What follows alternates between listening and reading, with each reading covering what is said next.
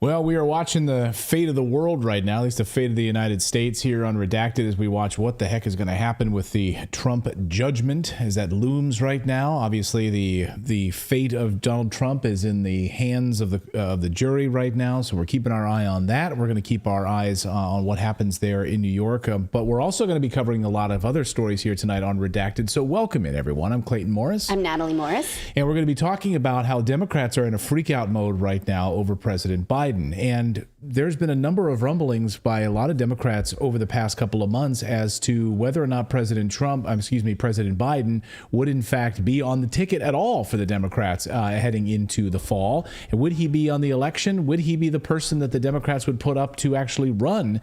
And now we're starting to see that maybe this is not the case. By June, maybe by July, there might be someone else on the ticket. Plus, why is the Biden administration not sanctioning Iran over nuclear weapons? Could it be because U.S. politicians have learned their lesson? I don't think that's the case, but we're at least going to talk about what they're trying to sell you when it comes to a war with Iran, because we have to keep an eye on this kind of stuff, because we were sold a war in the not too distant past over weapons of mass destruction. We're not going to let that happen again. So we're going to read the signs. We're also going to talk about a war with Russia. Oh, I'm skipping around. We're going to talk about how, yes, President Macron says we need to go and get them set up to do better. That doesn't mean that they're going to go to war. It means we're going to set them up for war. What does that mean exactly? Is that NATO war with Russia? Yes, it is. And we're also going to talk about the conscription, because Ukraine, big story today out of Europe, and you're having now a lot of illegal immigrants who are getting services in these countries and a lot of Ukrainians being pushed out. Yes, we're going to cover tonight. So a lot of Ukrainians who were getting a lot of these European, housing and of course and monies and other things like that. They're now being pushed out in favor of that. You skipped over a story that we are going to talk about tonight, which is about Denver. And Denver, the sanctuary cities, Denver is really trying to become like the bastion of sanctuary cities. Like, hey, send us your tired, send us your illegal immigrants. We're going to show off the world how to do it here in Denver, Colorado.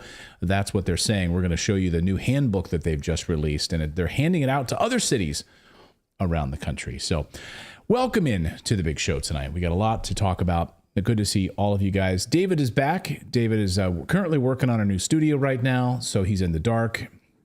But he's got, last night we mentioned on the show, where's David? He had allergic reaction. His eye blew up like he got punched in the eye. You look good. Yeah, you look recovered. I feel much better today. Oh, that's good. That's good. I like with this background. When I first saw it, I was like, I feel like he's about to do an avant-garde rendering of Hamlet just as a solo show. Right. And play every character. character. Have the skull in his hand, Yeah. You're right. To be or not to be. Anyway. But yeah, it's good to be back. Good to have you Welcome back. Good to have you all here. So again, we're keeping our eye on this Trump verdict here. And just a short time ago, Judge Merchan has instructed the jury they do not need to have a unanimous verdict in order to convict President Trump. That's what he told the jury. We don't need to have a specifically what verdict. he said, because this is New York law, it does seem like he's leading them to a conviction without a full agreement of the jury. That's what that feels like. But in New York, you can convict someone without being completely clear on what the charge is. So he's just reminding them. I mean, think of the consciousness, how unconscionable this is. I'm reminding you, you have some wiggle room here. Right. Okay, clearly he's got an outcome that he's hoping for, which he's not supposed to. Right. Yeah, he told them this means they could split 4-4-4 and the judge would still treat them unanimously. It's unbelievable. So this is crazy. Anyway, we're keeping our eye on this. You guys, what do you think happens? And we do know that the Secret Service has met with the prison officials if President Trump has to be taken to prison.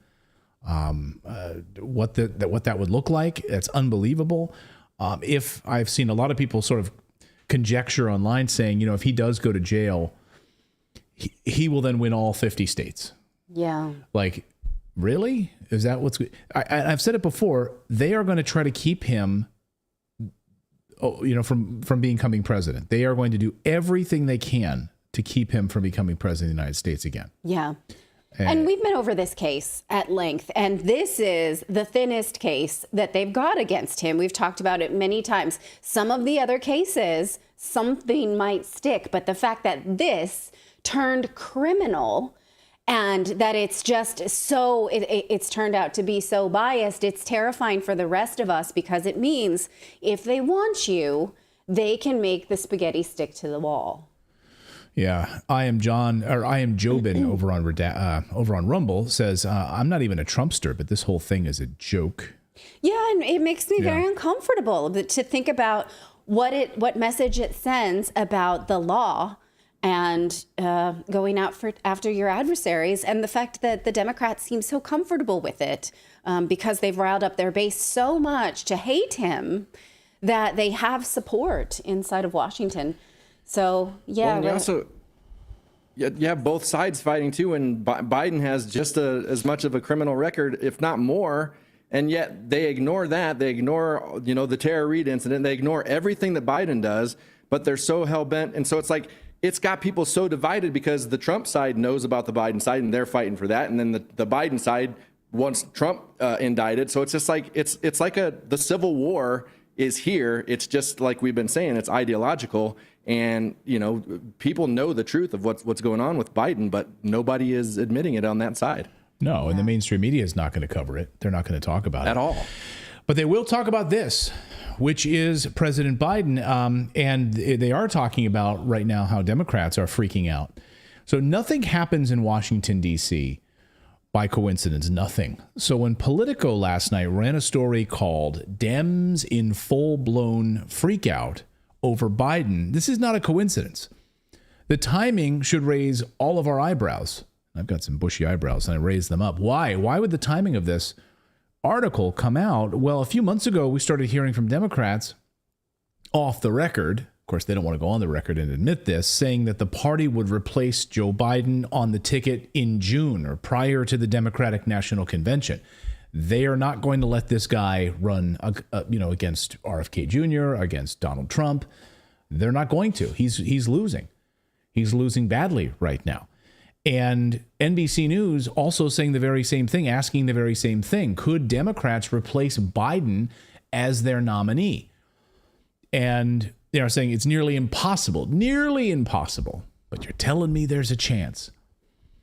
So exactly how are they planning to do this? The timing of this piece is very telling. We'll get into that part of it in a minute. But of course, my old colleague at Fox News, Peter Doocy, wasn't being flippant. He was literally asking what all of these Democrats are saying to Politico in this bombshell piece about Dems are in full-blown freakout over President Biden, and they don't know what to do, and they're trying to replace him on the ticket. So Doocy asked Karine Jean-Pierre that very question. Again, he wasn't being flippant. He was just reading a headline. Watch. Are you guys here at the White House in full-blown freak-out mode? What are you talking about? What are you talking about? There's a Politico Peter? story. It sounds like Democrats outside, the quote is, Biden's stubbornly poor polling and the stakes of the election are creating the freak-out. So, again, I'm going to be mindful. I'm not going to comment on 2024 election. I will say this. The president has never forgotten where he came from, who he is. He understands what the American people are going through as they're sitting around the kitchen table. You hear the president talk about his time growing up, where he watched his family having to sit around the kitchen table, making incredibly difficult decisions. And the president has always said he's going to fight for communities that have been forgotten. And you see that in the policies, economic policies that he's put forward. He's going to continue to fight for the middle class. He's going to continue to fight in every way that he can. You heard me at the beginning talk about junk fees, incredibly important. And he's going to continue to fight and to make sure, that corporation greed doesn't continue to take hold. That is something that he's been very clear about, while Republicans are doing the opposite. They put out a policy where they want to give a big tax break to the wealthiest among us, billionaires and corporations. That's not what the president wants to do. Yeah. Okay. So thank you, Karine Jean-Pierre, for that answer. That's the victory lap. So what did she just say? I don't even know. Can we just go over, he stands for working people, and you know that and you feel it. You feel it in your heart. And he's been clear about that. And he's been clear about that. He's been clear about that. And what the heck else? I don't know. He's been very clear about a lot of things. Because she said, you know, that like for like the poor and like he's there to defend the defenseless essentially. But my daughter's going to be 18 by the time the next election comes around, and she's a Portland like teenager, right, from Portland, Oregon, and she won't be voting for Biden. She said as much, and it's because of Israel. It's because of Palestine. And so, like, as much as they want to ignore that, they can't. Like, she's not alone in that. Her generation, that's why they wanted to get rid of TikTok. Yeah. Like, they have lost that upcoming, like, batch of voters that they're counting on. They've lost them just because, like, on that one issue almost alone, the support of genocide. And across all demographic, I mean, all races, by the way. So all you need to look at President Trump and the amazing polling that's now coming out from New York, New Jersey, and other areas, but also to Philip's point, look at where President Trump was in the Bronx, right? At this big speech. He had thousands of people of all races waiting in line to see him. They couldn't even get into the speech. Right. They were just lined up all the way through the park. They couldn't get in to see him. Yeah. And I saw reporters interviewing young black voters saying, you know, I'm here to hear what he has to say, but there's no guys wearing FJB shirts, F Joe Biden shirts. You know, people of color saying, I am done with this. I'm done with the Democratic Party. There's a great piece in Candace Owens' book, Blackout, where she says that she was listening to Donald Trump speak, and he said to a group of black voters, what else do you have to lose? Your schools suck. Your neighborhoods suck. Your community centers suck. How could it get any worse? What else do you have to lose? It didn't sell the black voters in the 2020 election, but that message seems to be resonating now because they realize that under the Biden administration, they had a lot to lose. They have schools that have been shut down and turned into immigrant centers. Mm-hmm. They have their taxes, their cost of living skyrocketed. So now that message resonates when you learn the hard way. So that's really interesting. So I just want to kind of go through this Politico piece a little bit here because there are some really telling comments from Democratic operatives who some are speaking anonymously to Politico, some are on, speaking a little bit more freely, knowing that they don't have to put their names in this article. You don't want to be that guy who's on the record saying we're doomed or the campaign's bad or Biden's making mistakes. Nobody wants to be that guy, one Democratic operative in close touch with the White House said, granted anonymity to speak freely. But then what is their job? Who? Like, you don't want to be the guy who tells your boss the truth. So then what are they there for? I mean, they're there because they're yes men. They're there. That's what they do, right?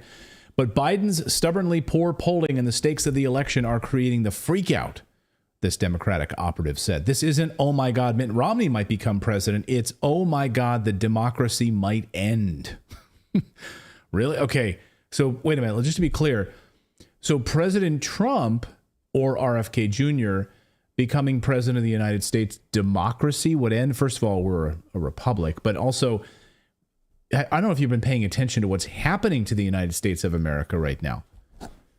It is crumbling before our eyes. Just look at the U.S. dollar. Just look at the U.S. dollar as a reserve currency of the world, as one piece of this. Being crushed right now, and one of the major drivers of that is your sanctions against Russia.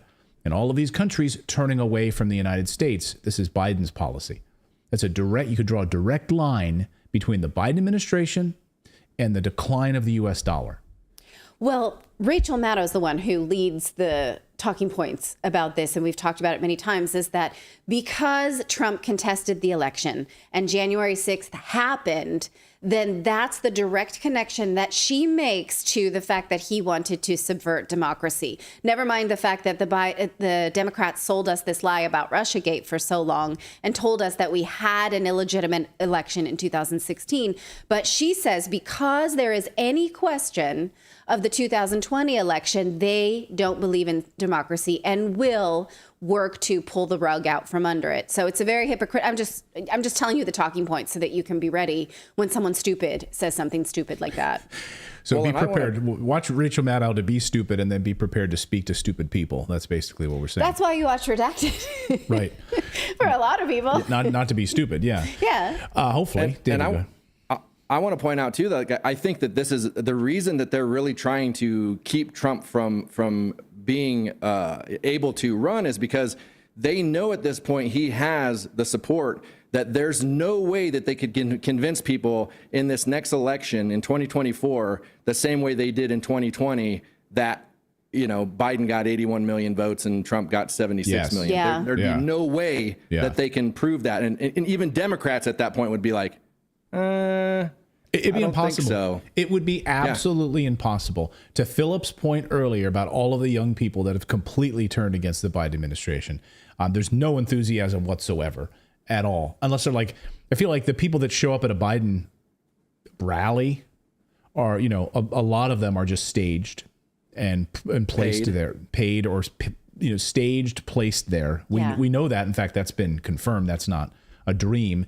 Democratic operatives in those areas will bus people there and they'll pay for your transportation to get there to come out. Who's so enthusiastic going to see a Biden rally right now? Well, some of the things that I have noticed liberals high-fiving themselves about voting for Joe Biden is that he passed the infrastructure bill. That's really their big victory lap, is like, look, we passed the infrastructure bill. So when people say that, I just want to say, oh, what have you seen personally that came out of the infrastructure bill, and how has that made your life better? I'm so curious. You know what?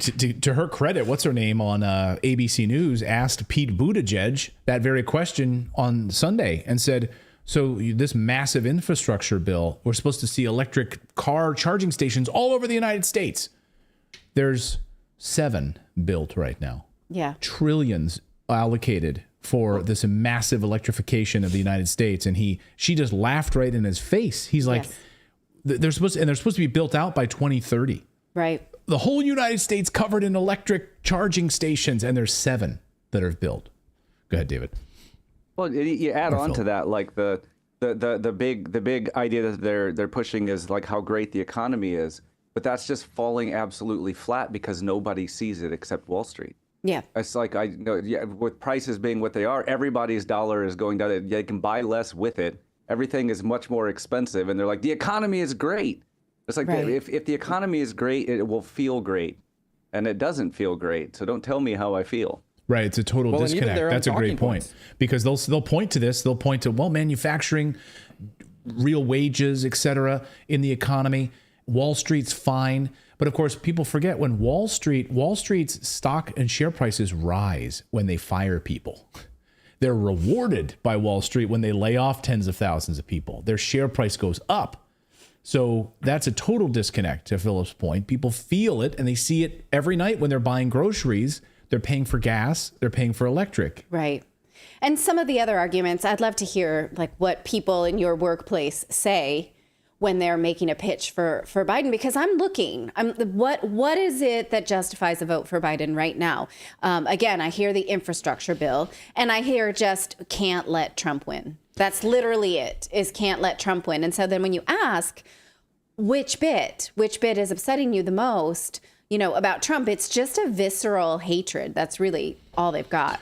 So let's get back to this Politico piece that's causing such a fervor right now. So why he's long lagged Biden in cash on hand. Trump's fundraising outpaced the president's by 25 million last month, did Trump, including a record-setting 50 million haul from an event in Palm Beach, Florida. One advisor to major Democratic donors provided a running list that has been shared with funders of nearly 24 reasons why Biden could lose, ranging from immigration, high inflation, to the president's age, the unpopularity of Kamala Harris. This is literally a list that they share among donors in Democratic circles. Kamala Harris is on the list of reasons why you wouldn't vote for Biden. She's so bad. Immigration, high inflation, the presence of third-party candidates like Robert F. Kennedy Jr. Donors ask me on an hourly basis about what I think, the advisor said, calling it so much easier to show them. So while they read it, I can pour a drink, meaning he shares this list with people The advisor added, "The list of why we could win is so small, I don't even need to keep the list on my phone," he says. One day after the news broke that Biden had trailed Trump in fundraising last month, Massachusetts Governor Maura Healey raised the pressure on donors as she introduced the president to a crowd of 300 people. Yeah, I mean, to those of you that open your wallet, she said, "Thank you. We'd like you to open them up a little bit more and find more patriots out there, more patriots who believe in this country, who recognize and understand the challenge presented at this time." Laughter rippled through the room, she said, but Healey's voice turned serious.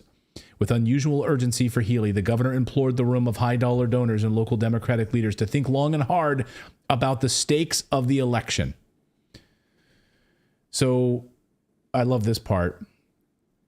A Biden campaign advisor granted anonymity to speak freely stressed the president's team never made any indication that Trump's hush money trial would help or hurt him. Instead, the advisor contended that Trump will be forced to defend cutting back abortion rights, attacking democracy, advancing corporate interests as president.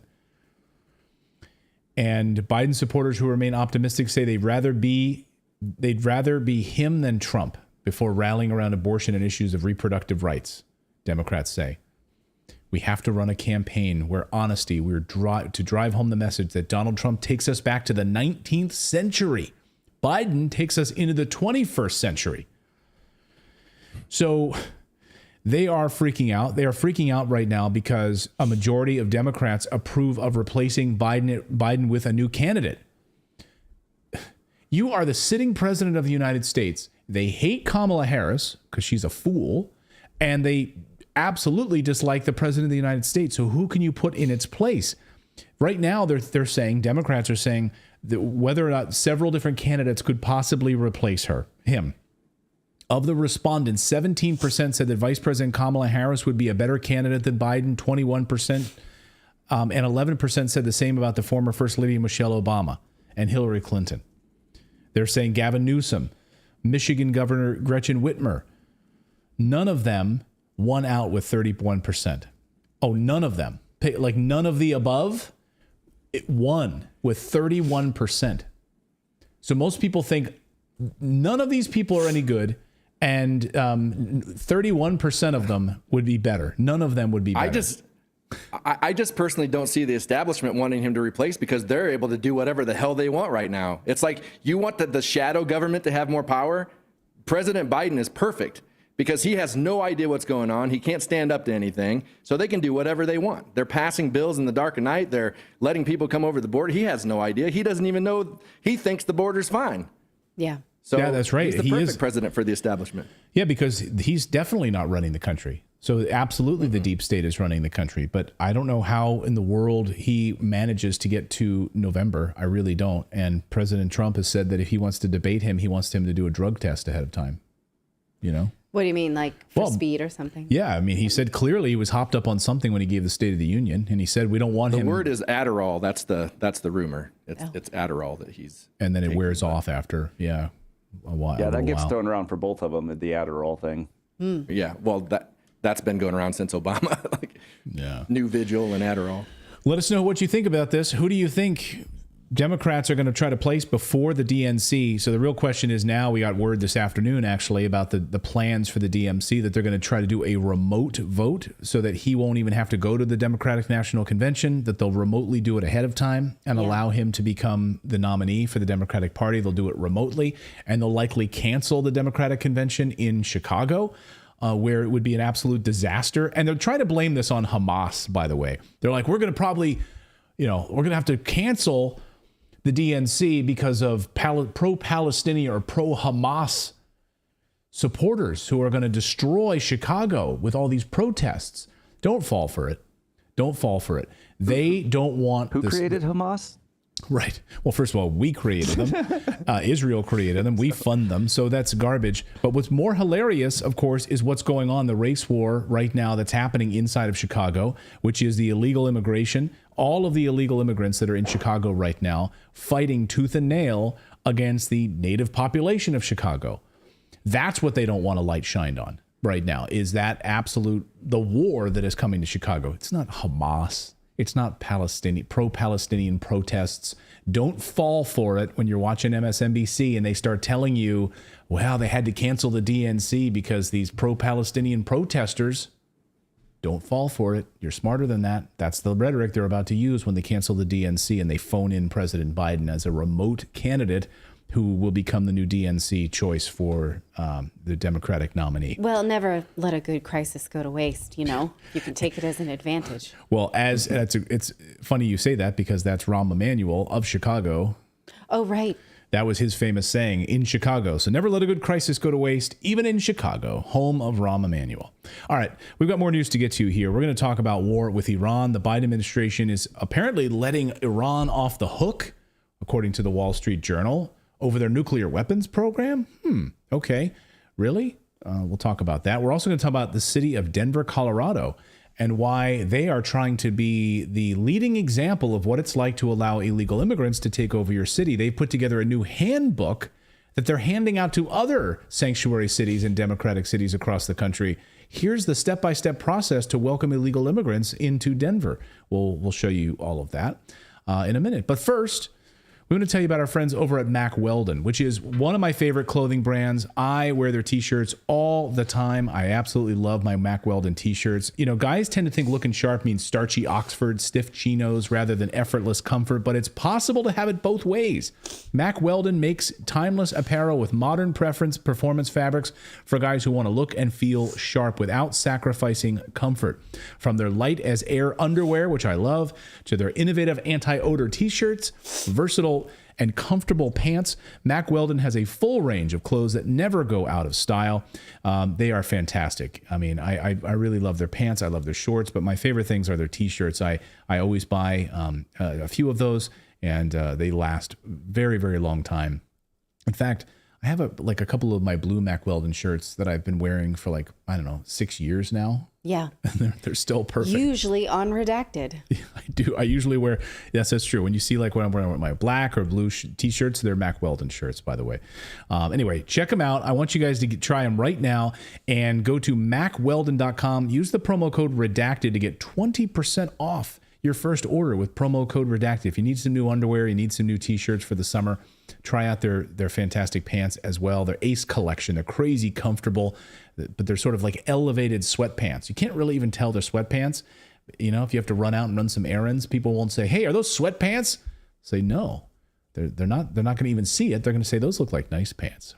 Those look like comfortable pants. MackWeldon.com. Use the promo code Redacted to get 20% off.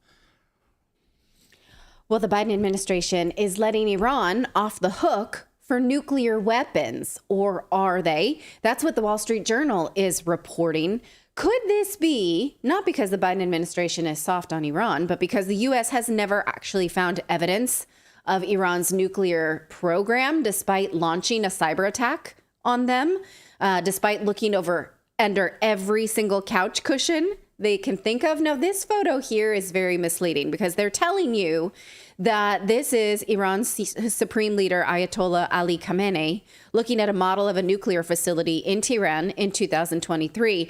They want us to think that what he's looking at is nuclear weapons facility. Only Iran has told the world many times, including the United Nations, that they are making nuclear power facilities. And in fact, so the photo we just saw was in March of 2023, was in 2023. But in March of that year, the International Atomic Energy Agency, the IAEA director, went to Iran to inspect their nuclear enrichment program. And he said, yes, we know they're enriching to 60%. They are complying with all checks. We can account for every little bit of uranium. We're all good here. Now, this was in March of 2023. Have, for example, the enrichment activities up to 60% been in technical detail, or have you been discussing this with the heads of state you have been meeting regarding that it is hardly to explain an enrichment program to this extent with a non-military enrichment program? Have they been able to give you an explanation for that? Well, in fact, they don't need to give me an explanation of why they enrich at 60%. What we need to ensure is that we have the necessary ability to inspect the activities there. They enriched at the levels that they declare. There are certain parameters, as you know, between an inspected state and the IAEA. They tell us this is what we are going to do, and then we perform the necessary inspections. So in that regard, in terms of motivations and reasons, which I believe is a little bit behind your question, we don't discuss that. For us, what is important, the only thing that matters is that we are able to inspect, that we are able to account for every gram of enriched material that is there. And this is the spirit of the exchanges, and we have been working satisfactorily in that regard. There have been other types of issues, and as you know, but they are not directly related to this particular issue. Okay, so think about this for a second. The United Nations obviously serves their paymaster, the United States. They do what the United States wants, mostly, right? I think we can all agree. Yes. Okay. Yeah. And so the United States really wants a war with Iran. They have been sanctioning Iran for decades over a nuclear program, so much so that they launched a cyber attack on Iran, Stuxnet, under Bush and Obama together. And the IAEA, despite being in the pocket of the United States, still cannot find evidence that Iran has nuclear weapons. And this is him saying, we don't see it. We've never actually seen it. So then why Sorry, go ahead. When that guy was asking that question, was I the only one that, like, just the way he was wording the question and asking the question felt to me like he was kind of leading, like, we can't go to war at 60%. Are you sure? Are you sure that it's 60? Because we just go to war at 60%. 80%? Are you sure it's not 80%? Because then we could go to war, right? Or we could Don't we really not like that? And he's like, actually, they're complying with all inspections. We would love them to not, so that we can give you a reason to go and attack Iran. And then he threw in there the, like, and their motivation doesn't matter because the math is there. Yeah. Like, what more do you want? We did the math. It's all right there. We're able to inspect it. Like, what do you want? Well, we want 80%. Well, it just, and it drives me absolutely mad. Yeah, it drives me absolutely mad that we have, like the United States and the UN is going to dictate what these other countries can do as far as making weapons. And it's like, if you don't listen to us and do exactly as we say, we will drop nukes on you. Like, right. You better not have nukes, or you're gonna get nukes. Right. Yeah. Or we will nuke you. Like, right. And I would like to remind you later in this segment about all the nukes that Israel has. So we don't mean it. We only mean it for Iran. So, okay. So if the IAEA says they are getting satisfactory answers to their questions about uranium from Iran, then why are we worried about Iran why do we keep pushing this issue? Look at what the Journal says, that on Monday, the IAEA, this agency they're talking about, reported that Iran's stockpile of 60% highly enriched uranium rose from 20.6 kilos to 142.1 kilos as of May 11th. But they said they were going to keep enriching to 60%. So that's not a shock if you were listening last year. So I guess they're assuming that you weren't, that you have no notes to refer to. So you're thinking, oh my God, more uranium enrichment, that proves it. So see the words that I've highlighted here on the screen is that, well, the officials say that this could be a problem. They fear that it could make us more volatile. European diplomats are warning about what would happen. This is not data to go on, you guys. This is exactly what we expected, which is more uranium enrichment at 60% and some scary hypotheticals. So that's wild and, also ridiculous. So they're saying... Also, they're kind of getting in there. It looks like they're highlighting that the amount... They went from 20.6 kilograms to 142 kilograms, but it's still 60%. Yes. That's like taking, if you dilute something by 5%, and then you add more of a 5% dilution to it, you just have more of the same thing. Yes. So it's not any worse to have more of it. No. It's the same thing. If it were above 60%, then we might say, okay, what's going on there? Why do you need that? When you read this Wall Street Journal piece and you see the notes that Natalie highlighted there, this is how you manufacture consent. Like you're witnessing it in the mainstream media publications, how you manufacture consent for war. I mean, if I were an editor at the Journal, I would say there's nothing to go on. You have no named sources. You have no increased percentage of enrichment, and you have no motivation and no proof of weapons. So take this back. No, this is manufacturing consent. You don't need proof. You don't need proof. Yeah. It's saying they could. So a good journalist would be like, so what you're saying is they also could not, right? Right. Yeah. It's like, right. Yeah. So if the words you have to choose from are could, maybe, might, possibly, don't write the damn article. You don't have any information. You haven't figured anything out yet. Yeah. Haven't you learned from weapons of mass destructions, babies and incubators?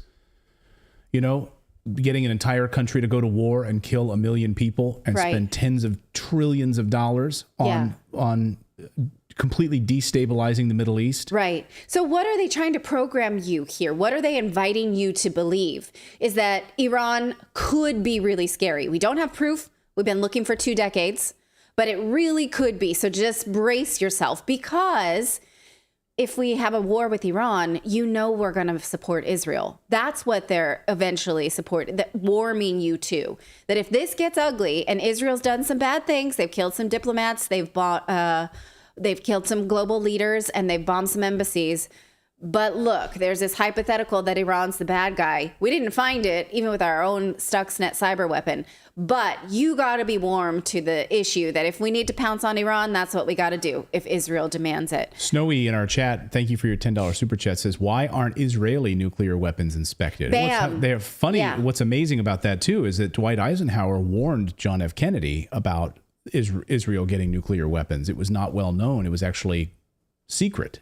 We weren't supposed to even know it, but Eisenhower knew that that was the case, that they did have nuclear weapons. Israel was lying, and then Israel lied directly to JFK's face. He flat out asked them if they have nuclear weapons, and they lied right to his face. Right. So, yeah, but they're not allowed to talk about it. I said right. I didn't know that. You're not allowed to talk about it. You're not allowed to admit that they have nuclear weapons. Okay, well, we're going to talk about it in just a second. Don't they usually refer to that? Oh, sorry. Oh, yeah. I was going to say, don't they usually refer to that as the worst kept secret on Earth? Yes. Yes. That Israel has nukes. I think that's how they officially, Yep.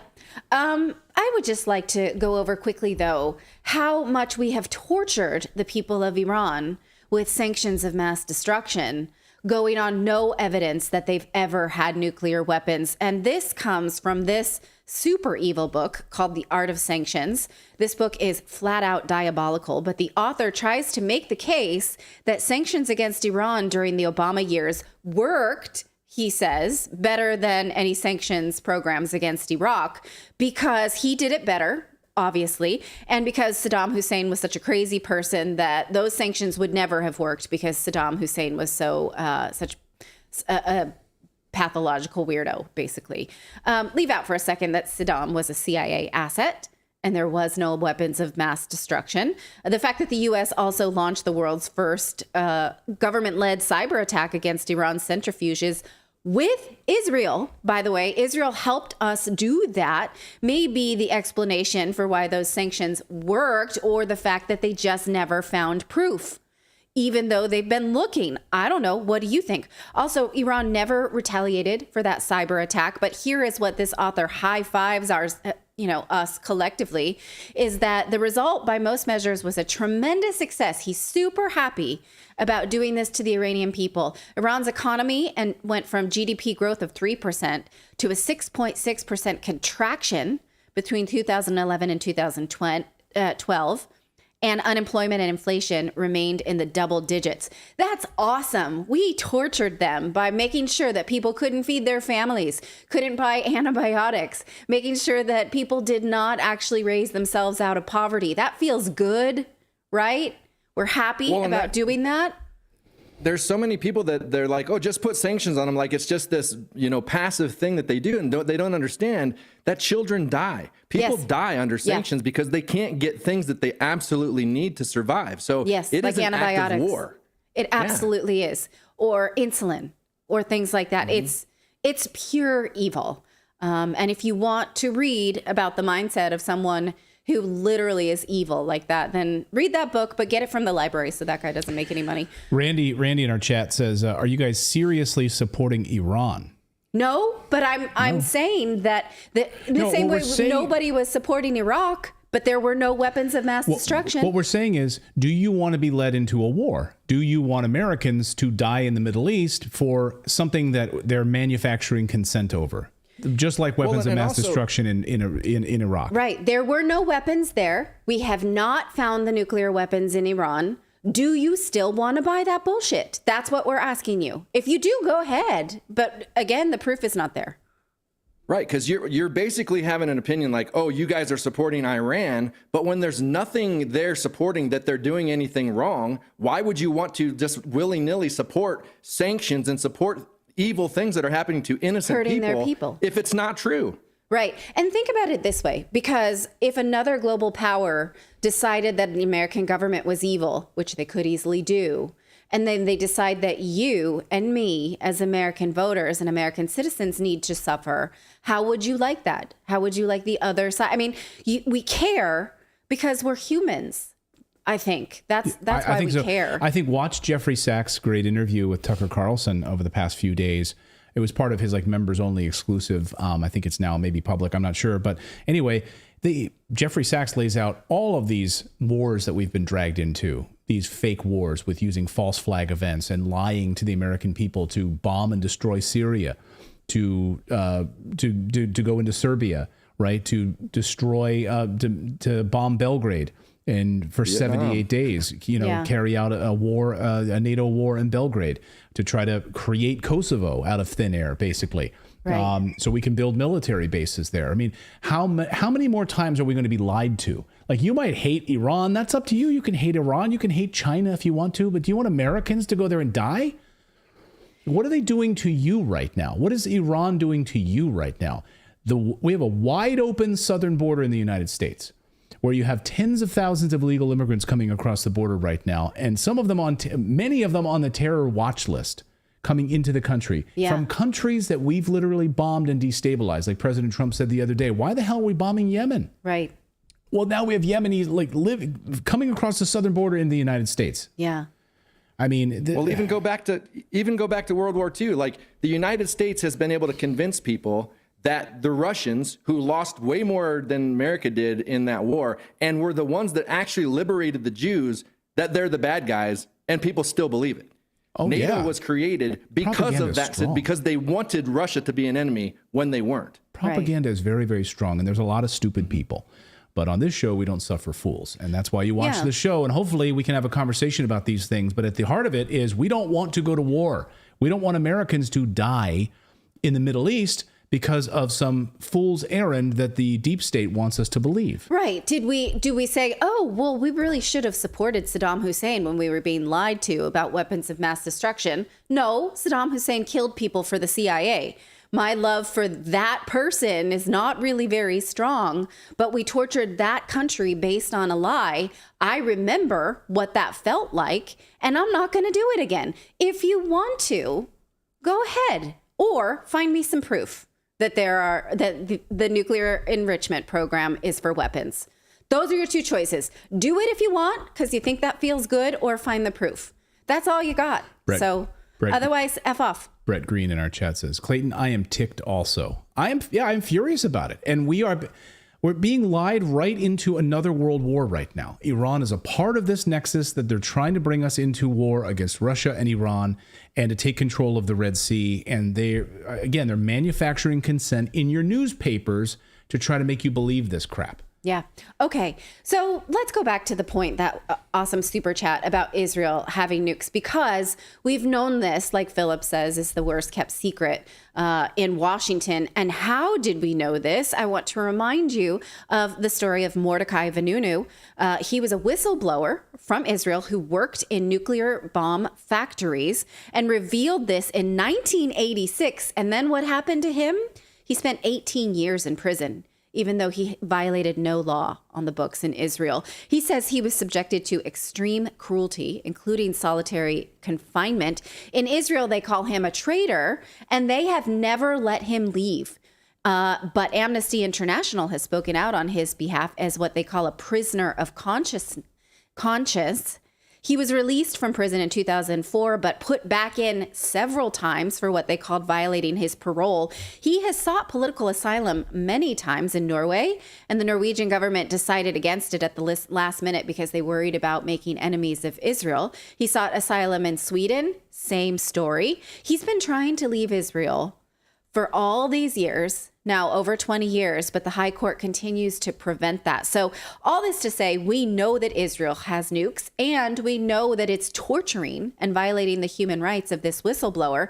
So America's so-called, whistleblower protection is one of our core values. But we don't care about this guy. Also, it is against the UN Charter of Disarmament to provide weapons to countries that have nuclear weapons. So maybe we want to look at that before we continue sending arms to Israel. Oh, no, but we don't care. But back to Iran and the story we're being told. Why then is the U.S. exercising caution when it comes to not sanctioning Iran? Why? Back to this headline. Is it because we've learned our lesson? We can't prove that they're enriching it above 60%. What's important here is to remember that we are being sold a bill of goods about weapons to go to war with Iran if it's necessary to support Israel. And we have to pay attention to the truth about weapons if we want to avoid another weapons of mass destruction. So let us know what you think of this in the chat, and if it fires you up. Really quick, want to point out that General Wesley Clark pointed out that after 9/11, back that far, that Iran was last on the list of the United States to hit. So it's like this has been planned out for a long time. They have wanted this. And truthfully, since the 50s is when we started messing around with Iran. Well, we really do not. I mean, if we lose this argument here, what shows like ours, which are calling out this BS and hopefully educating you that this is the case, and they're using this as a story to try to get us into war, they're going to have to look elsewhere. They're going to have to come up with something else in Iran to justify their attacks on Iran. So look for other false flags, look for other, USS Liberty moments that they will use to try to drag the United States into war. Keep your eyes out for it. We always try to call out the false flags here on this show as best we can when we see them. And just so you know, a nuclear weapon requires uranium enrichment of 90%. And we don't see that yet. And the United States government wants it so badly that they can taste it so that they can sell you this war. But we haven't seen it yet. We've got more news to get to here on your Wednesday. It's Wednesday. It's a weird week. And we're still watching what's going on with the jury right now that has Donald Trump's fate in its hands in New York. They are deliberating right now. You can read all sorts of craziness. MSNBC just a few minutes ago had on one of their guests that says, one of the guests says that he has a man crush on Judge Merchan. Oh. He has a man crush. That's how much. So your bias you're getting from MSNBC. He has a man crush on the judge right now. So we're watching that. We're going to keep our eye on that. And a lot of people saying, the jury does not want to wait through the weekend. You do not want to go. You don't want to deliberate all week and then have to come back on Monday. Yeah. So if we don't get anything today, maybe we'll see it tomorrow, but hopefully, we'll get something before the weekend. If only I could be a fly on that wall. Unbelievable.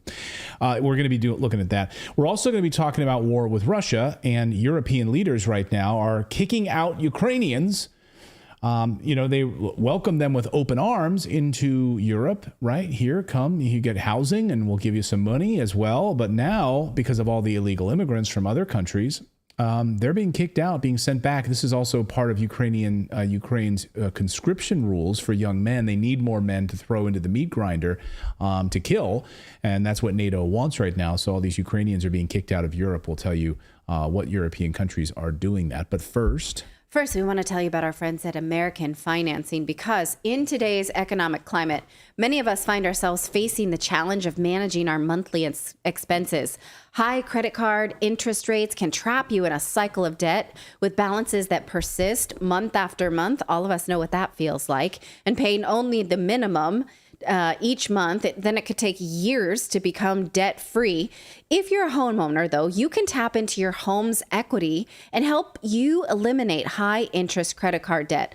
On average, the average American Financing customer saves $854 per month. That's the equivalent of receiving a 10% $1,000 raise. The process is straightforward and quick. You could close your loan in as little as 10 days. And by acting today, you may not have to pay on your next mortgage payment, so you'd save that too.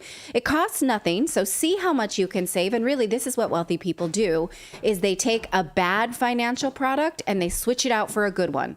They're constantly doing that. So learn the trick that wealthy people know.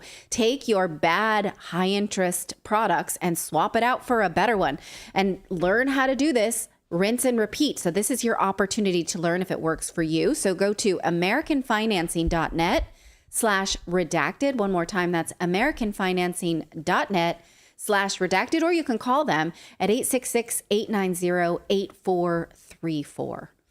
Okay, I apologize, you guys. I'm pretty stuffed up today. Nothing gets through my kids without me catching it. It's just. Well, when our 7-year-old has a sore throat and sneezing, and then she just like sneezes right in your face. They get like. That's how it's gonna transfer. In the last month, I know. Then I'm gonna have people in the chat like, take your vitamin D and don't eat sugar. I don't eat sugar. I don't drink alcohol, but when the little ones get right upon you, you're going to get the stomach bug. You're going to get the stuffy nose. I got the lice. Get all of it.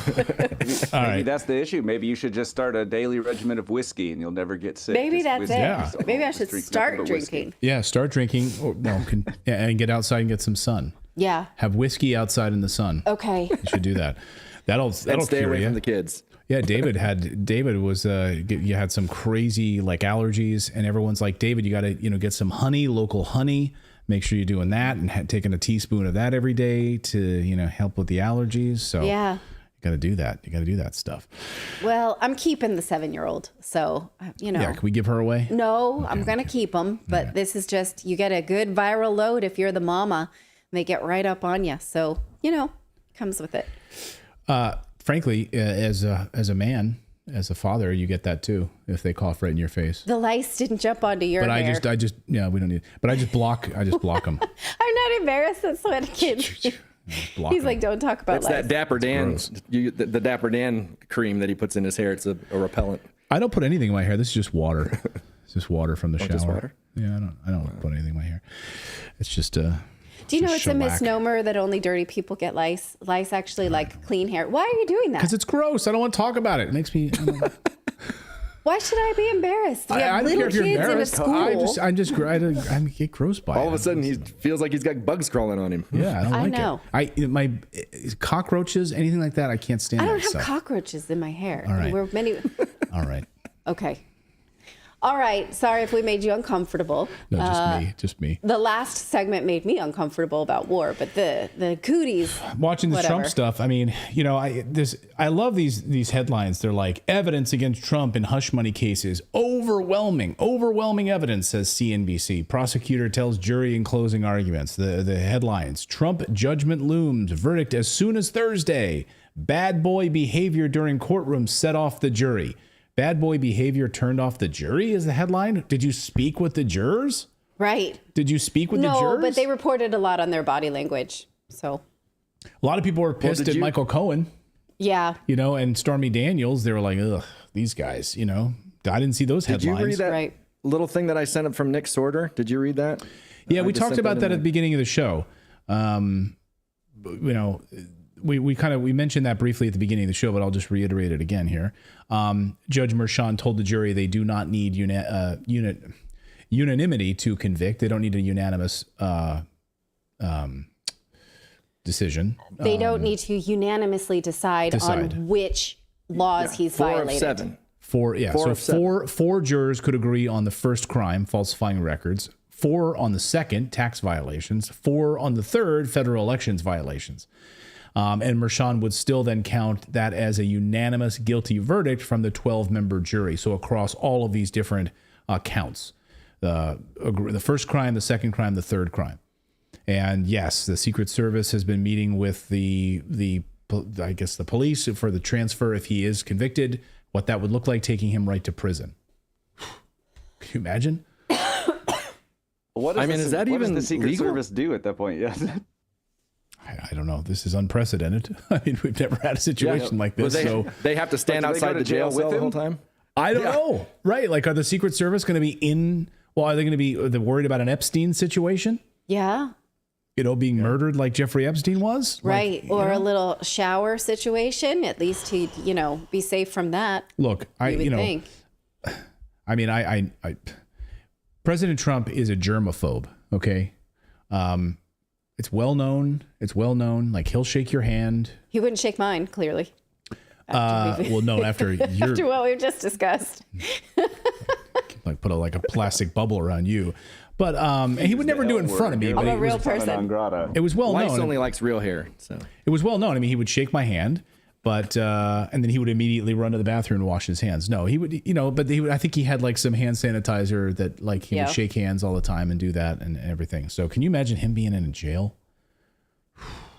I cannot, but I think that a lot of people have fantasized about that very thing. So, oh my God, yeah, it's going to be. Well, there's no way he could be in MSNBC. general population. There's absolutely no way. Like, he would have to be confined somewhere on his own because could you imagine? Like, there's no way they would do that. No. Anyway, if you're just joining us, we are waiting and see if the jury comes back with anything today. Verdict could be though as soon as Thursday. Could be as soon as now, actually. So I don't know why they're saying it could be as soon as Thursday. We're on tenterhooks. Yeah, anyway. All right, we got more news to get to. Okay, well, European leaders clearly hate the populace. Here are two examples. Number one, Germany is evicting Ukrainian refugees because they are out of style. And, we can't help you anymore. That was cute in 2022, but it's 2024, so move along. Also, French President Macron is saying that it's time to strike Russia. And this boy brought the receipts. He brought a non-laminated paper map. Watch. Tonight, one of Colorado's largest hospitals facing a crisis. Sorry, it was the Macron one. Give me a second. Yeah, we flipped there. Sorry. Yep. That was my bad. So he says this map shows you that Ukraine is under attack from bases in Russia. So how do you explain it to Ukrainians that we need to protect these cities, and especially Kharkiv? Well, if we tell them you're not allowed to reach bases from where the missiles are fired. In fact, we tell them we deliver weapons, you defend yourself. So we stay exactly within that framework. We owe it to them, though, he says, to neutralize military sites from which the missiles are fired, and then military sites from which Ukraine is attacked. But we must not allow Ukraine to hit targets in Russia, of course, civilian targets, which is all they take, or military targets. Now, which is such garbage because over the past 24 hours, we've learned that Ukrainian intelligence sources have told Reuters, because they're in cahoots with them, right, that a Ukrainian drone targeted a radar system deep inside of Russian territory, which is part of Russia's early warning for detection of nuclear missiles. So they're literally targeting, and these are coming right from NATO, targeting Russia's nuclear targeting systems deep inside of Russia. Again, these are radar systems designed to strike down or target nuclear weapons fired against Russia. So NATO is now targeting them deep inside of Russia. It's not Ukrainians. Well, think about that. Ukrainians can't even tie their shoes right now. They're being thrown into the meat grinder. They have 3 days of training. 3. I'm not making that up. 3. Do you think these guys are the ones doing all the targeting? NATO is handing them the targets and they're just pressing a button like monkeys. Well, and how stupid is that? Because then that just leaves Russia to assume that every missile coming in is a nuke. Yeah, great point. Right, yeah. Right, you're literally... Yeah, so now what is the response? I mean, it's madness. Well, think about what he's saying there. He's like, so far we've just been sending them the weapons and they say, we got it from here. We know how to use these. We're going to do it ourselves. But that's not doing so well. So what we can do is we could just sort of get them started, is what he's saying. We'll bomb Russia's military bases and they do the rest. It's kind of like I had this vision of a mise en place. You know what that is? Where like a sous chef chops up all the vegetables and then the main chef comes and puts it all together. Like, let us just do your chopping for you. We'll just get you started. I'm just going to get you started a little bit. Yeah. And then you come and finish it. Yes, like Ratatouille. Okay, we're just kind of helping them, basically. Only that is direct involvement in the war, isn't it? You don't just go there and be like, I'm just going to set you up. I'm just going to do a little turn down service. And now you're going to finish it. You can't attack another country and say, yeah, but we did that for this other country. We did that for Ukraine. No, we didn't actually do that. We did it, but it was We did it for them. And we know, Right. by the way, President Retaliate Putin them. yesterday, in response to Jens Stoltenberg coming out saying we need to start sending long-range weapons into Ukraine and to fire inside of Russia, President Putin came out and said, most of your small countries have population densities located in certain cities. You're playing a very, very dangerous game right now. And we are ready, and we're taking it very, very seriously, what you're doing and what you're saying. So, Russia, do you guys think, like, do these idiots think that President Putin is bluffing? I don't. Like, are they really? France is lining up, sending in these weapons, and then setting these targets and selecting and putting boots and trainers on the ground inside of Ukraine. Are they? This is Russia's literal. It's an existential crisis for that country, right? Well, yeah. Regardless of what you feel about Russia or you hate President Putin, it doesn't really matter. You're being surrounded by NATO forces right now. What would the United States do if the United States were surrounded by an enemy force in Mexico, in Canada, on the Hawaiian Islands, off the coast of New Jersey, off the coast of Cuba? What would we do? We would attack the shit out of them is what we would do. And that's exactly what's about to happen. Right.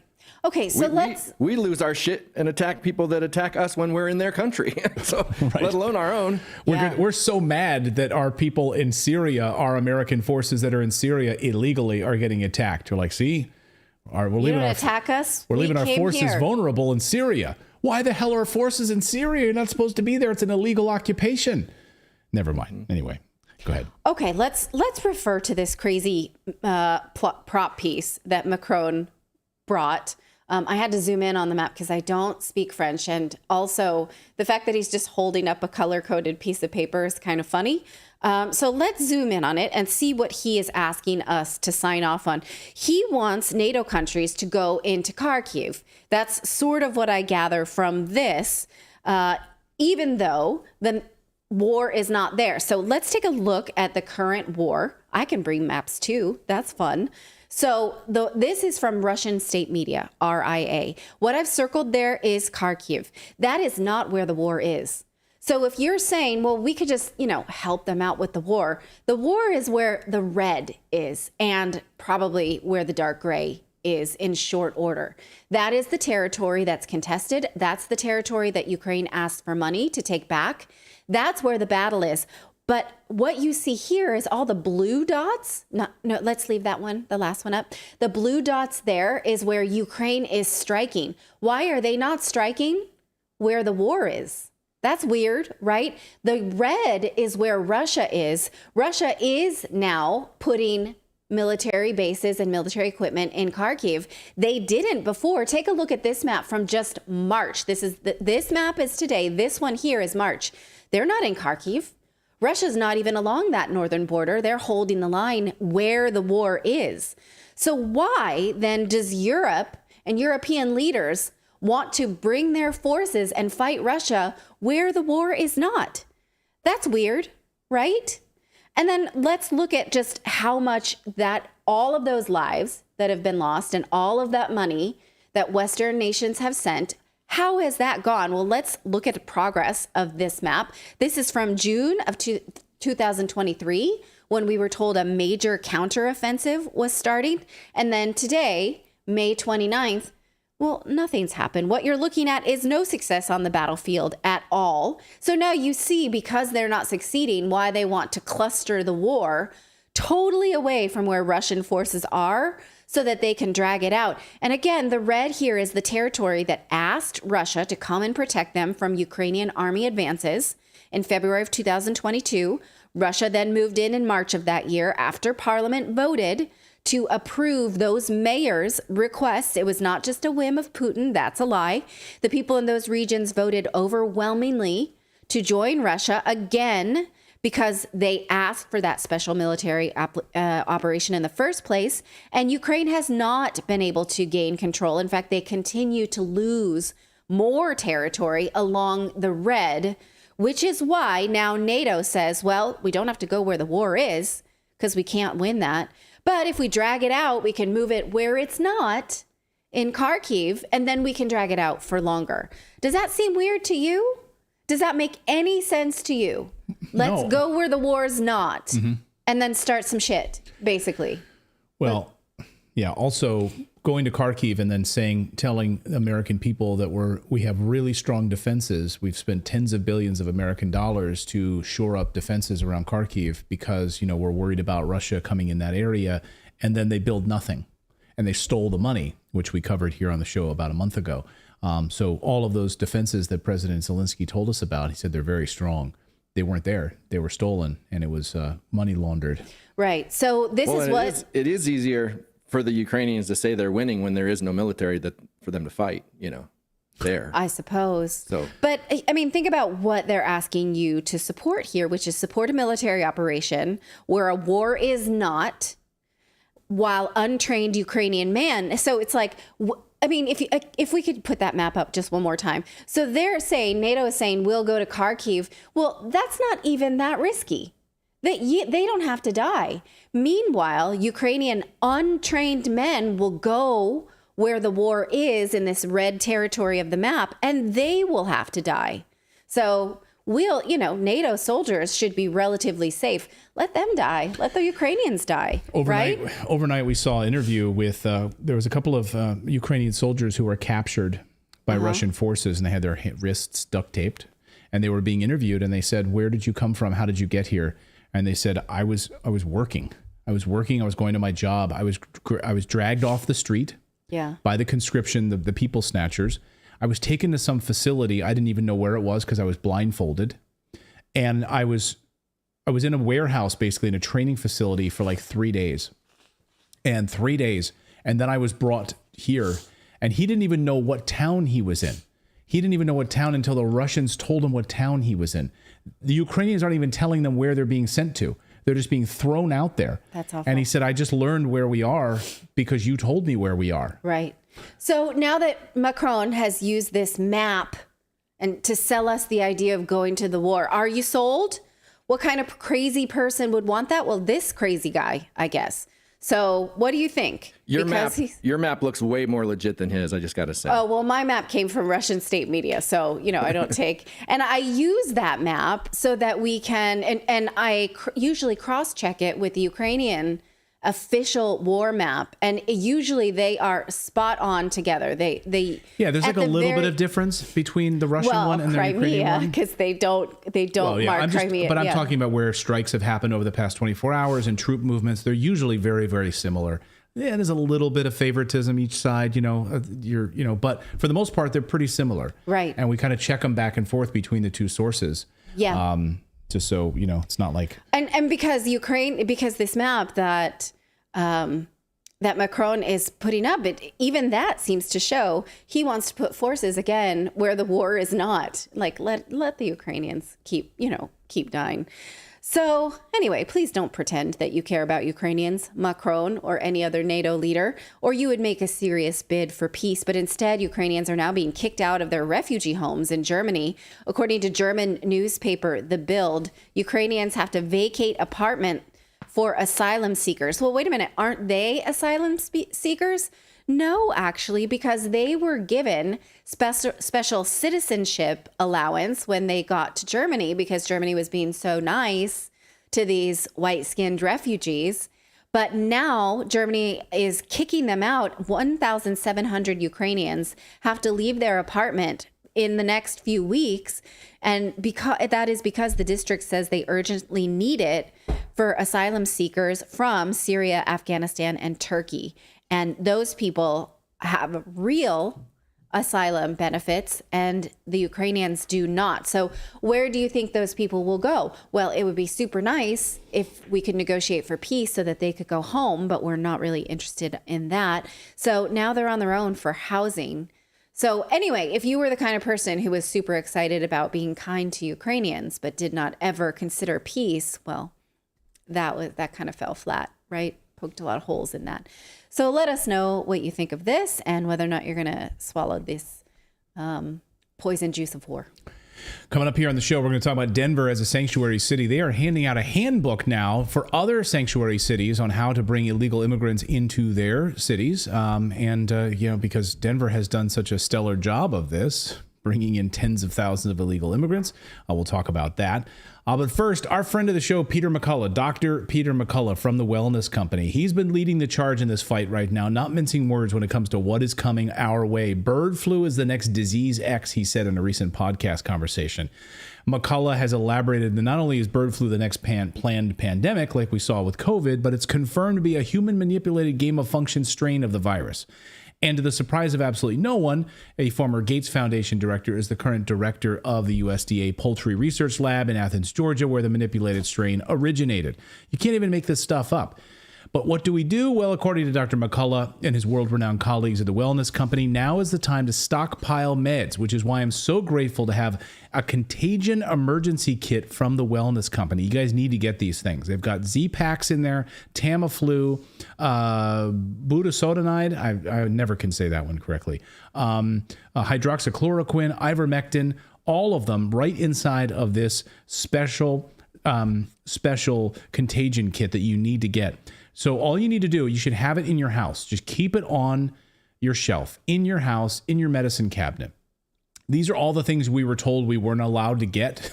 We weren't even allowed to talk about a few months or a few years ago during COVID. You weren't allowed to talk about them, and they totally banned people like Dr. McCullough from even mentioning this stuff. And we now know how effective it absolutely was in saving lives. So right now, go to twc.health/redacted to get your get 10% off at checkout and free shipping. twc.health/redacted. Peace of mind for the unexpected moment in your life. These are things that like you should just have on hand. You know, don't wait to order it. Keep it in your house. twc.health/redacted. Get 10% off at checkout right now to get your Contagion kit that you should have on hand for whatever they throw at us next. Good to see everyone tonight. Rainus DuPont says free speech on Redacted, but not on YouTube. Yeah, I mean, we've been banned like 3 or 4 times, I think, on this show. We've gotten community strikes where they've blocked us for weeks at a time because we were literally reading Pfizer's own documents right here on the show. And they called it misinformation, right? Didn't they call it misinformation? It's like, no, we're reading the court documents that Pfizer was forced to present in court. And didn't matter. They called it misinformation. So anyway, it's crazy. So we try to be as open as we can here. And these platforms, these big tech platforms love to censor us. They took down my... They definitely censor chat. Oh yeah, they definitely. People wonder like sometimes like, oh, when they type a comment, like why does it not show up? Or YouTube blocks comments on a regular basis. That's why we love Rumble so much, because they don't do that. So good to see everyone over on Rumble and on X as well. Yeah, they just banned my TikTok channel. You know, we publish our clips over there on my TikTok channel, and I had a couple, I think like easily over 1 million subscribers on TikTok. Clayton Morris. I think it's real Clayton Morris on TikTok, if you want to follow me there. They banned us twice in the past like 3 weeks. And we had to reach out to them, and they flipped our channel back on, but who knows? I think it's because of our coverage of Gaza. They don't like that. They don't like the truth being out there about that. Well, here's some more truth for you tonight. And Natalie had to step out. She is not feeling well. So if you do not hear Natalie, I said, go lay down. She is not feeling well. So... she's a trooper for being here, but she is laying down in bed right now. So I'm going to bring her some hot tea in a few minutes here. But anyway, let's talk about this. Well, if you had to look up sanctuary city in the dictionary, which city would you choose as the model? As the perfect example? The shining city on a hill. In other words, which American city is the shining standard for how to bring in tens of thousands of illegal immigrants, basically rip apart city resources, take money from the citizens who live there, and then give it to other people? Well, that city... I was going to say, you would think it'd be San Francisco. That's what like if you had to ask me what I would guess it would be San Francisco. But I'm assuming I'm wrong. I've kind of maybe already given it. What do you guys think in the chat room? You guys let me know in the comments below. Just what do you guys think it is? Off the top of your head, if you had to say San Francisco is a good guess. I would have probably thought Chicago. Or maybe New York City. Maybe Portland. I don't know. Take your pick. I was going to say Seattle. Portland's full. Yeah. We're full here. Well, the answer is, drum roll, it is Denver, Colorado. Denver, Colorado right now. It's actively promoting itself as the model sanctuary city. Right there on City Hall, put up Denver loves immigrants. And they want to show off how much they've and how well they've done it, so that other American cities can also look at to destroy their own way of life in their own cities. Look to Denver. And now, and I wish I was making this up. I really do. But no, the city of Denver, home to my mom. We go to Wheat Ridge, Colorado, and visit my grandparents. Loved my time in Denver. They've created a new handy guide right now for other cities to teach them how to become a sanctuary for illegal border crossers. That's right. Denver has put out a handbook. The guide is titled Newcomer's Playbook, a guide to welcoming newcomers into your city. And its authors say they are thrilled to offer their guide on how to plan and implement a sanctuary city. This is the Denver Playbook. Take a look at this. This is right from their website, Newcomer's Playbook, a guide to welcoming newcomers into your city. You can read all of the different sections if you want. And we're going to go through a few of them here so you understand what's in this playbook, which is kind of crazy. So let's take a look at this. This is the Denver Playbook Introduction. Welcome to the city and county of Denver's Newcomers Playbook. We are thrilled that you're interested in creating a welcoming environment for migrants in your city. As part of Denver's welcoming approach, we use the term newcomers to refer to migrants. I love that. They literally have that in the second sentence here in the introduction paragraph. As part of Denver's welcoming approach, we use the term newcomers to refer to migrants. And I love that they put it in quotes too, by the way. Like, we really want you to know that we don't call them illegal immigrants or migrants. Well, it's so ridiculous too, because they're painting it like those of us that are like, we don't want illegal immigrants. People love immigrants. I mean, this country is full of immigrants. That's all. We're all part, like my family are immigrants. We're all for immigrants, but it's illegal. And the thing is, they're trying to paint this as everyone coming here is an immigrant that is coming here because they're seeking sanctuary. And that if you're against it, you are a racist. And so now they're painting it as this rosy newcomers, these poor immigrants that have had a rough life, which some of them have. Nobody is denying that. But for them to paint everybody that doesn't believe the same thing as being racist and everything, that's the part that drives me insane. Yeah, you're a racist, you're a xenophobe if you won't welcome these newcomers into your backyard, into your country, that are going to tax your city's resources. This playbook is a guide divided into two sections, it writes, offering recommendations and strategies for successfully integrating newcomers into your city. Since December 2022, Denver has welcomed and assisted nearly 42,000 newcomers from the United States southern border, providing them with essential services and resources. Our efforts include helping people with onward travel as needed, offering temporary shelter, facilitating the search for permanent housing, providing vital support in terms of medical and mental health care, work authorization, legal assistance, school enrollment, and more. Do you guys get those same services? Do you get free medical care? Do you get free work legal assistance? No, you don't. But if you were an illegal immigrant or a newcomer, you get all those services. So let's go through the report a little bit here. In step 1, you're going to meet with key state and city agencies. So this is what they're going to hand out to other cities. Here's what you want to do. You want to make sure you're setting up and documenting or log existing community partners in the areas of support, schedule weekly meetings, organize stakeholder meetings based on relevance and category, create groups or sheltering provider work groups to discuss challenges, updates, create a mechanism to meet collective feedback from the community. It's a lot of resources, right? Step 2, you really want to make sure you have all the following needs in place: the feeding and the food and the available shelter, the length of the stay for the families, onward transportation. If they want to go someplace else, do you have buses that can take them there? They want to maybe visit a park. Do you have, you need to have a single point of entry and a reception, an intake center. Identify a location with enough space and amenities. Make sure they've got restrooms and seating and access to water and snacks. determine the staff and the hours of operation, determine public health needs, other nursing support, set up health screenings for those who are ill that need vaccinations, provide donations, insert donations like clothes, shoes for everyone. And I love this. Here's the flow chart, right? Example of the intake process. Great. They greet the new arrivals. Are they going to go onward from Denver, or are they going to stay in Denver? If yes, they're going on, well, here's the path. Gather the documents, select a desired location and a booking team to make sure their travel is taken care of. Direct them to a nursing team for their health screening, and then transport them. Does it say, I'm not seeing in there where that says that money is coming from to transport and everything. Is that? They won't talk about that. And then no, if they take the no route there, then of course, well, we skip past it. But anyway, step 4, offer onward transportation to another destination. Step 5, set up a database, collect information, and on it goes.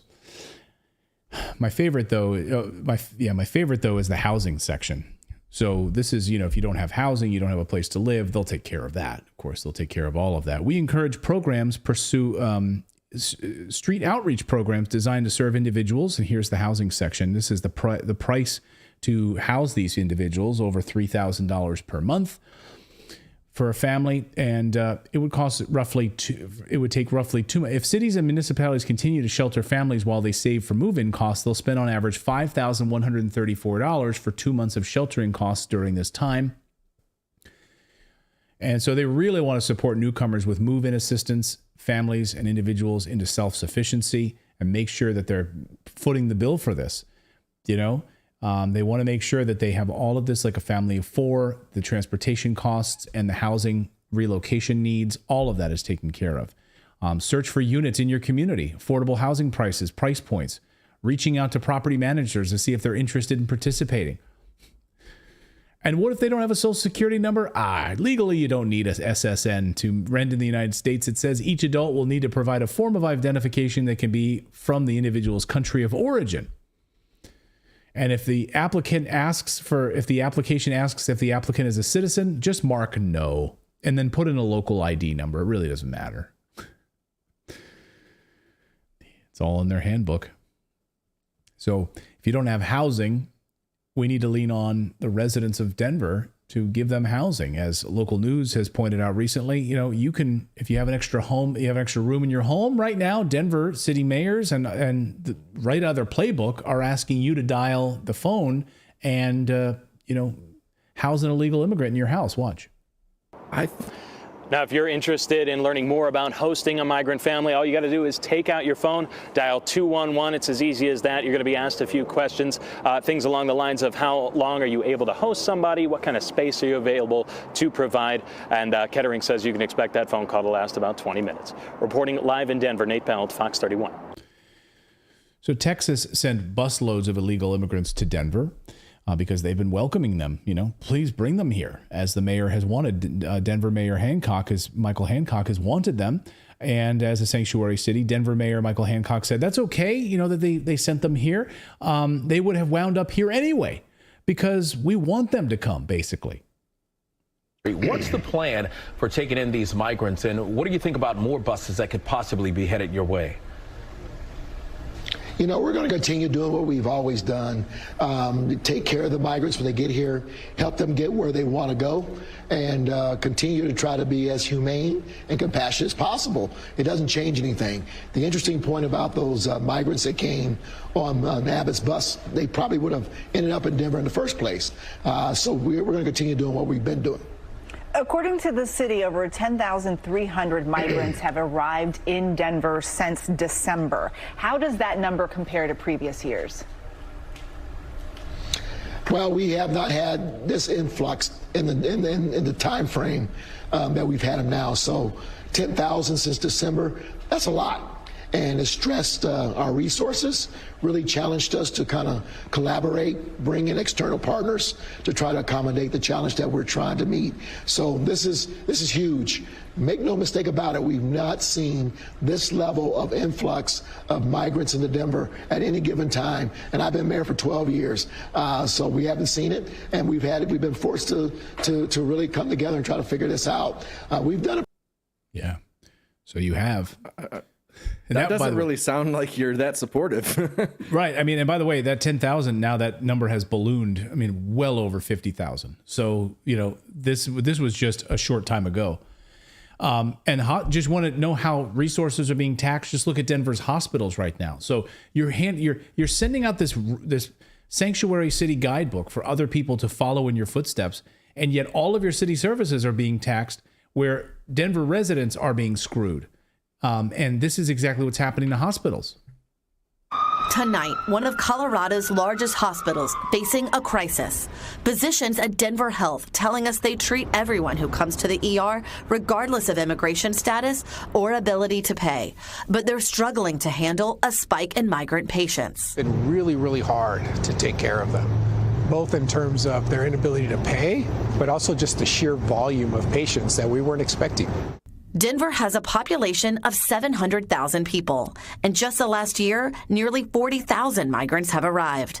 Yeah, so that's going great. That's going great at your hospitals. You really can take care of the people of Denver, but you've now added a huge percentage of people that have never been there before, and now you the taxpayers, are now footing the bill for this. Well, and a lot of people don't realize what that does to like the police force, what it does to the fire department, what it does to ambulance services. Like all of those services get overwhelmed because now they're having to manage 70,000 more people when they only had 700,000 to begin with. Like that's insane.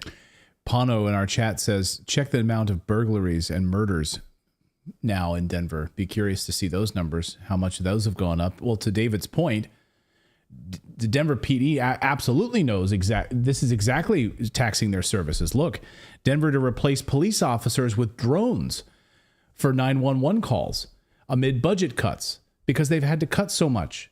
Yeah, plan to cut a combined $45 million worth of expenses from city agencies is the mayor. Your mayor, Mike, your mayor. The police department alone received a cut of $8.4 million. While the fire department's budget was slashed by $2.5 million. Way to go. Earlier this spring, Denver's Democratic mayor actually cut funding for the police and fire departments in order to keep basically the flood of illegals coming into the city. Prior to that, the city had to cut other services for taxpayers as well. What's the mayor there now? What's his name? It's Mike is it Mike Johnson? Or is it Michael Hancock? Still Michael Hancock, right? Yeah. I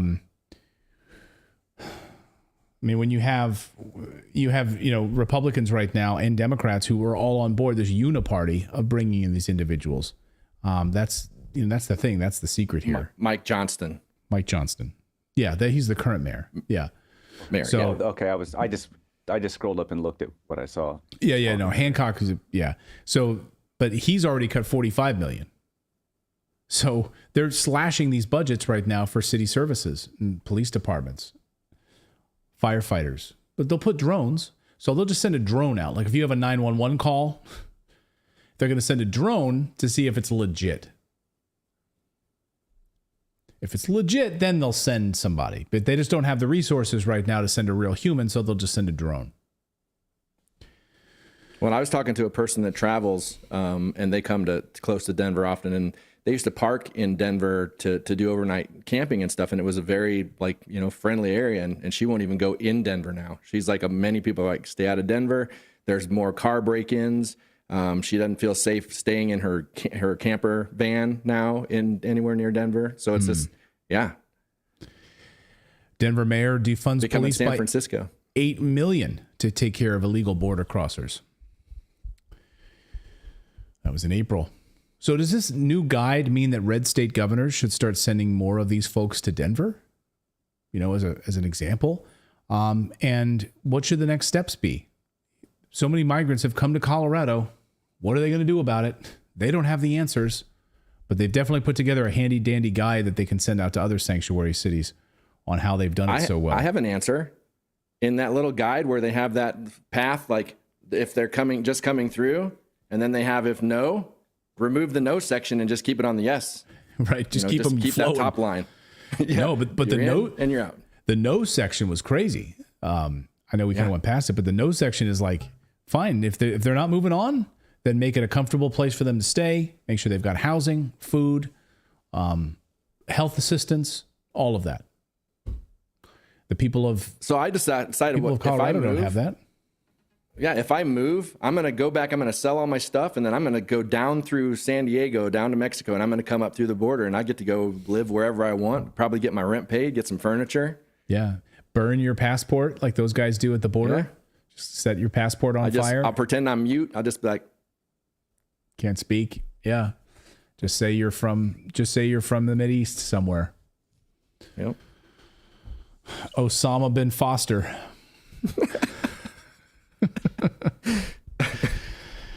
And they'll welcome you in. Under the Biden administration and your name is Osama, come on in. They'll welcome you with open arms. Bring you right in. Well, even with my tattoo that would be like an American tattoo. Yeah, cover that up.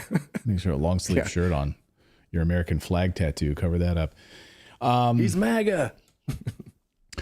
Well, that's crazy. Well, thank you guys so much for subscribing. It's free to subscribe. Thank you guys if you're watching us on YouTube. I saw someone in the chat said that he's been banned on Facebook more times than we've been banned on YouTube. Something sus about that. Well, Facebook's the worst. I mean, you can't post anything on Facebook. People try to share our show on Facebook, and Facebook takes it down. Like, you can't. Facebook bans people for memes. Yeah, Facebook is the worst. You know that Nancy Pelosi meme where they just slowed down her voice and she was talking like she was drunk? Like, that person got suspended. Yeah. I love that Facebook's they won't let you post a meme of Nancy Pelosi drunk, but they're totally fine with child trafficking. Like, Facebook's, they're very fun. They're happy to enable child trafficking. Mark Zuckerberg loves that, apparently, but the other stuff you can't do.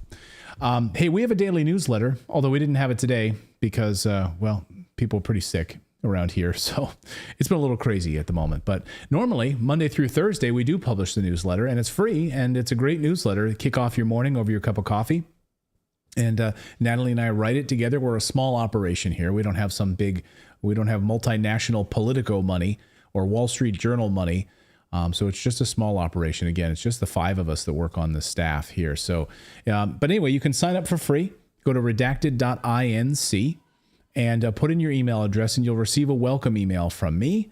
And then tomorrow morning, on Thursday morning, you'll receive the newsletter first thing in the morning in your inbox. And like I said, you can read it in about 5 or 10 minutes over your cup of coffee. We cover about 4 or 5 of the big stories of the day. We cover some of the market news and updates. Anyway, totally free, and it's our way to stay connected with you. In fact, when we were blocked and banned by YouTube, this was our only way to stay connected with our audience, is to send you guys an email, let you know what the heck's going on. So anyway, go sign up for our free newsletter. It's the best newsletter out there, redacted.inc. I heard some people that work at CNN actually like to read the newsletter because they don't get the only place they can get real news. Yeah. Isn't that funny? Like, they're like, we can't read CNN.com to get real news. You have to go to. Well, it's funny. I talk about this all the time when I worked with the Ron Paul campaign. But like, you'd always have these news guys on the thing, and they're all like, Ron Paul, blah blah, bash bash bash. As soon as the cameras would go off, when they'd walk by, they'd be like, we love Ron Paul. Right. So it's like they live in this bubble that they're forced to be in to get the money that they're paid. Like, they are paid talking heads. Oh yeah, they can't tell the truth about anything. Yeah, I just had a nice conversation with Winston Marshall, formerly of Mumford & Sons, who was canceled, as you know, for just a simple tweet. And he had people in the music industry. It was a tweet where he was commenting on Andy Ngo's book on Black Lives Matter and Antifa. And he just said, you're a brave journalist. You're a brave man. That's all. That was the tweet. And he was canceled for it. Oh my God. They came out, the View did a whole segment on him, and oh my God, so he decided to quit the band because he didn't want those guys suffering. But he told me, he said, you wouldn't believe, he's like, so many music industry artists like came privately, messaged him and said, I'm with you. I hear you, I agree with you, and, but I can't say it publicly because I got to keep it quiet. So crazy. Can't speak your mind, man. Can you imagine? Like, that's why I love this show. It's like I I mean, and people don't realize behind the scenes, we're constantly fighting to be able to say the things that we talk about on the show. We're constantly fighting YouTube. We're constantly fighting censorship. And there are some channels that have been suspended because of what people say in the comments. So we're having to like sometimes monitor that as well. And it's just like we're just like walking on these eggshells to be able to bring these stories to you guys, and that people don't even realize. Like, we're having conversation behind the scenes. Can we say this? Should we maybe move this here and say it this way because YouTube doesn't want us to say it this way? And it's just or we should, we've had a lot of COVID stories where we're like, oh, we've got to do that one exclusively on Rumble. So we've got to say goodbye to our YouTube audience tonight, and we're going to move over to Rumble because we can talk about it for, without censorship there. So we love our Rumble audience. I mean, just some of the things because one of the things I fight with all the time, because I do like all of the publishing after the show, like all the videos that go up, and trying to fight with YouTube like over what exactly how they classify videos for how they determine if they can be shown or not. And it's like they'll pick such random stuff sometimes, and there's nothing you can do about it. You can complain about it. You can like they'll give you feedback, and you'll be like, well, that's not true. There's one video we've had videos pulled down where they're like, well, this is for extreme violence. So like, there's literally nothing violent in it. Yeah, there's no nothing violence. violent at all. There's not even and you get one appeal.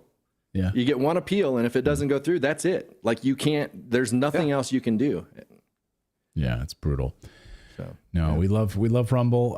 People are saying, yeah, get off YouTube. Yeah, it'd be great, but and even the Rumble folks, they're like, no, not yet. Like, that's what we're moving towards. We'd love to eventually, but that's the thing. It's like the audience. We have a massive audience on YouTube, and for us to be able to share this information with people, we do it because it's a big platform, and then eventually it'd be great if these other independent platforms can rise up, like BitChute and Rumble, and if they can get larger and larger and larger. A free speech platform like Rumble, a free speech platform like BitChute.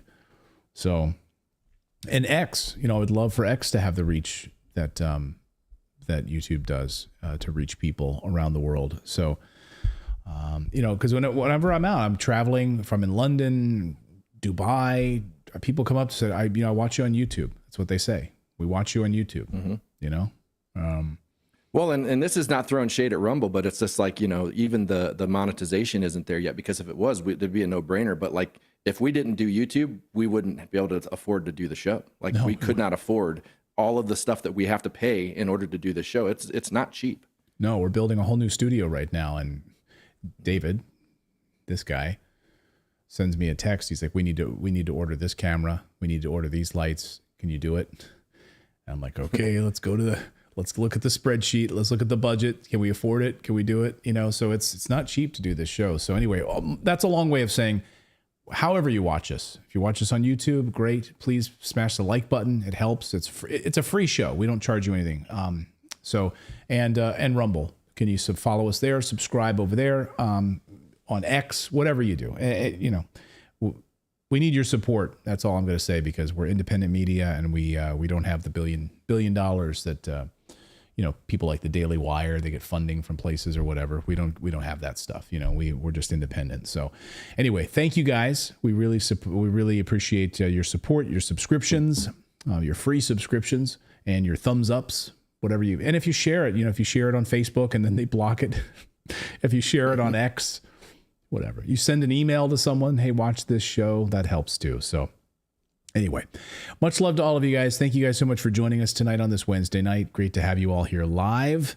VidCare says you do not need a new studio. Well, we do, because, it's hard to explain, but we actually do. So it's not that we want to, it's that we, anyway, we'll explain that later. But thank you guys so much. Thank you, Mario, for your kind super chat there on Rumble, or your super Rumble rant as well. Thank you guys so much. And we will be back here tomorrow at 4 p.m. Eastern time. So have a great night. We'll be watching what's going on with Trump tonight to see if there's any further updates. But maybe tomorrow we will have an update from that jury. Craziness. Make sure you're stocked up, because things are about to get crazy. Have a great night, everyone.